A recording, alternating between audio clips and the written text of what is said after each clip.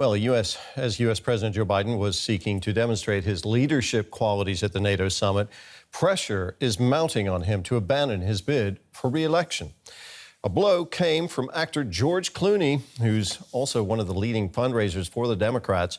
In the New York Times, Clooney wrote, "We're not going to win in November with this president. That's not just my opinion. That's the opinion of every senator, member of Congress, and governor I've spoken to in private."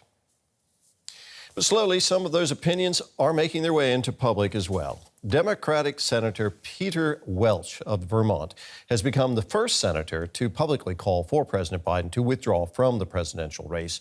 And in a TV interview, former U.S. House Speaker Nancy Pelosi seemed to dodge the question of whether or not she backs Biden's candidacy. She said the decision was up to him. Up to the president to decide if he is going to run. We're all encouraging him to make that decision because time is running short. I think overwhelming support of the caucus. It's not for me to say. I'm not the head of the caucus anymore, but he's beloved. He is respected, and people want him to make that decision. I asked Boris Foreman, a professor of political science, how significant the pressure is on Joe Biden to drop his re-election bid. Well, obviously, it's very significant. He's trying to play it down. He has still a large part of the Democratic Party that's backing him up, at least publicly. But as we hear from rumors and hearsay, there is a lot of turmoil in the Democratic Party, and there's a lot of pressure on him.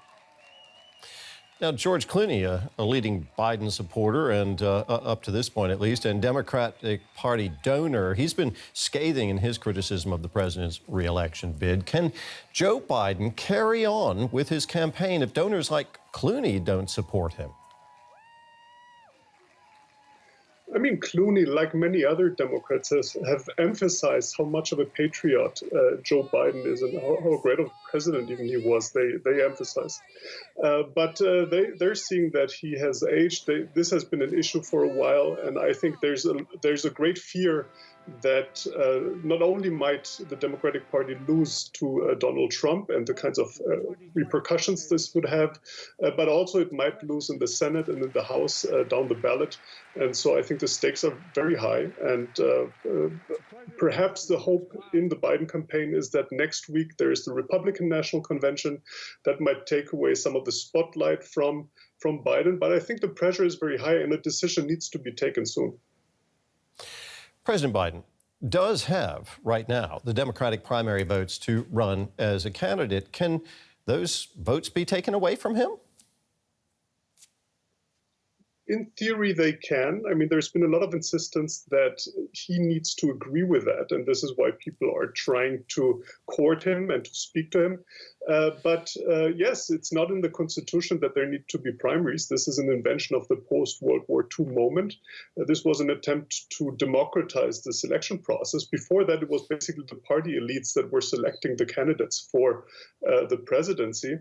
And so theoretically, yes, the delegates, even the pledged delegates, can be released from their pledge and can make a different choice if Biden decides to step down. This would happen at the Democratic National Convention. If President Biden does decide to step aside and let someone else take the nomination for the Democratic Party, who could it be? Is Kamala Harris, the vice president, the most likely candidate? This is the big debate, and Kamala Harris is the most obvious choice at the moment. There have been polls just yesterday where Harris did pretty well. I think she led Trump by even 1%. Even Hillary Clinton was in this poll, which was somewhat surprising. But there are a few other names that are mentioned much more often, like Gretchen Whitmer and Gavin Newsom are two of the potential candidates that are being discussed. The governors of Michigan and California, respectively. Yeah. Exactly, that's correct. And so these other names, Pete Buttigieg is also sometimes mentioned, the transport minister or secretary of transportation. But It's a very open question. So it's not clear at all who that might actually be.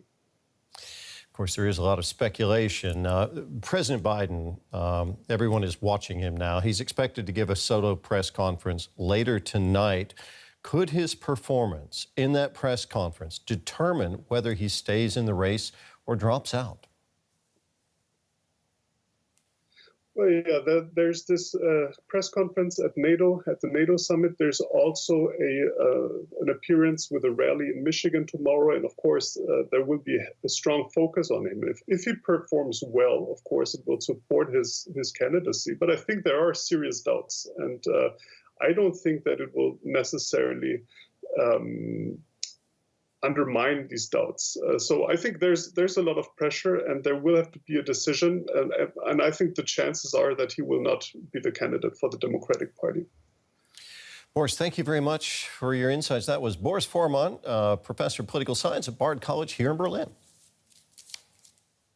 Thank you.